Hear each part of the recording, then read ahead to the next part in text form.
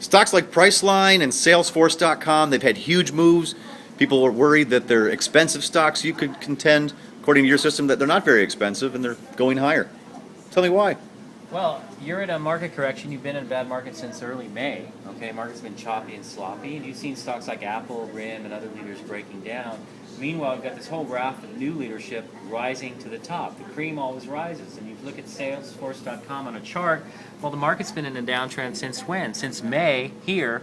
But what is this stock doing? It's in an uptrend, and then it gaps out recently. And even with all the choppiness over the last week and a half or so, with all the news and the fears about the jobs number, it's holding in tight, and today actually picked up volume. Look at the volume bar picking up above average, higher than yesterday, which was a down day in the market, and it finds support at the 10-day moving average right here.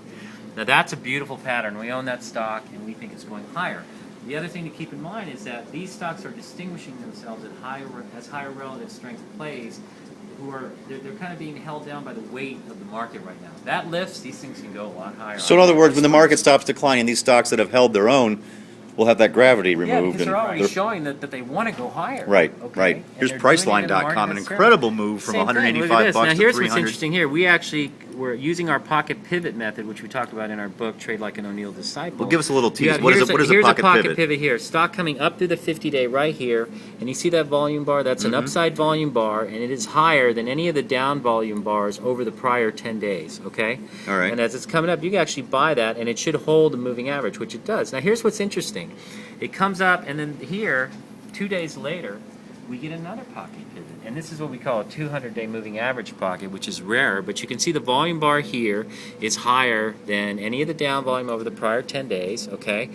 And the stock is moving now up through the 200 days. So you had a buy point here, a buy point there using our pocket pivot method. A lot of convergence of moving averages there, too. It looks good. I think it provides a support. You notice how all the moving averages now have turned to the upside, and you get this big breakout. And now what you see, the market's been choppy and sloppy. What's Priceline doing? It's holding real tight. And this thing's actually turning into a flag pattern. It actually starts here, as I see it. Here's your flag.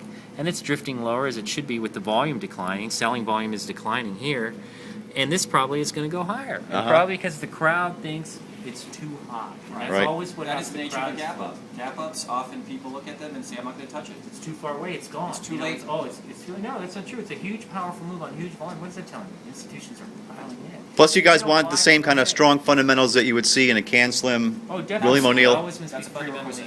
All right, based on that, what you're telling me about CRM and Priceline, what's setting up now for a nice move? You think Priceline is too, but we like the cloud computing space. Okay. So does Dell, so does HP. BMW, F5, CRM. Oh, they're way up there. They've gone up so far. Okay, well, here's a stock. You know, it's barely coming out. Aruba Networks, they're coming out with branch networking. It allows companies to set up virtual networks that allow their employees working from home or working from a branch office to connect into their network and download all the apps they need and everything. Save 60% on the current over the current way they're doing this. That's a huge cost saving. In this economy, companies can save 60% doing what they already need to do, which is expanding their networks and moving forward with right. Internet So let's take a look at the technical cheaper. picture now, look here. At this thing. You got a company 233% earnings growth here, 700% earnings growth here. Stock breaks out here, comes in and forms another base. This formation here, this is very interesting because see, it actually tried to come out in June, tried to break out of this consolidation, this big consolidation, tried to come out in June. But what was going on? The market was weak. So it held and it built another base, okay, and it breaks out again, but the market's still weak. So it builds another base. So now what you have is you have this formation, you have a base here, with another base here. This is a base on top of a base. Right. Looks like we got a bit of a breakout here. And that's a coiling type of pattern. Yeah, and you got a breakout here. And if you're using our pocket pivot methods, you actually could have bought, let's clear out some of these lines here.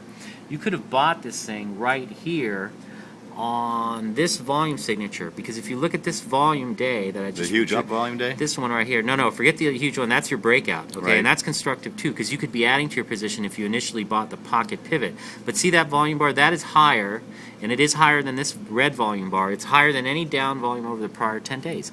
That is a pocket pivot volume signature. Stock coming up to the 10-day and off the 50-day. The 10-day is that little pink line if you can see it. And you could have bought it there. And then earnings came out. And a lot of times a pocket pivot into earnings tells you it's going to be a positive earnings report. And boom, here it goes. What is a pocket pivot, or what is any that just shows you that the stock is moving into strong hands? Pocket pivot? Well, it's a buy point that's within the base, or as Dr. Kacher likes to say, in the pocket. That's a music term, because the drummer keeps everyone, the bass player keeps everyone in the pocket. But he's a piano player, I'm a guitar player, so we say buying in the pocket. It's a subtle Thanks. It's a subtle clue, essentially, of what's going on within the basing pattern. And when I see the evidence of a high-quality pocket pivot within a basing pattern, that usually it precedes an actual breakout, only by a few days. In other words, you don't get stuck buying in a base and watching your money go sideways for weeks or months.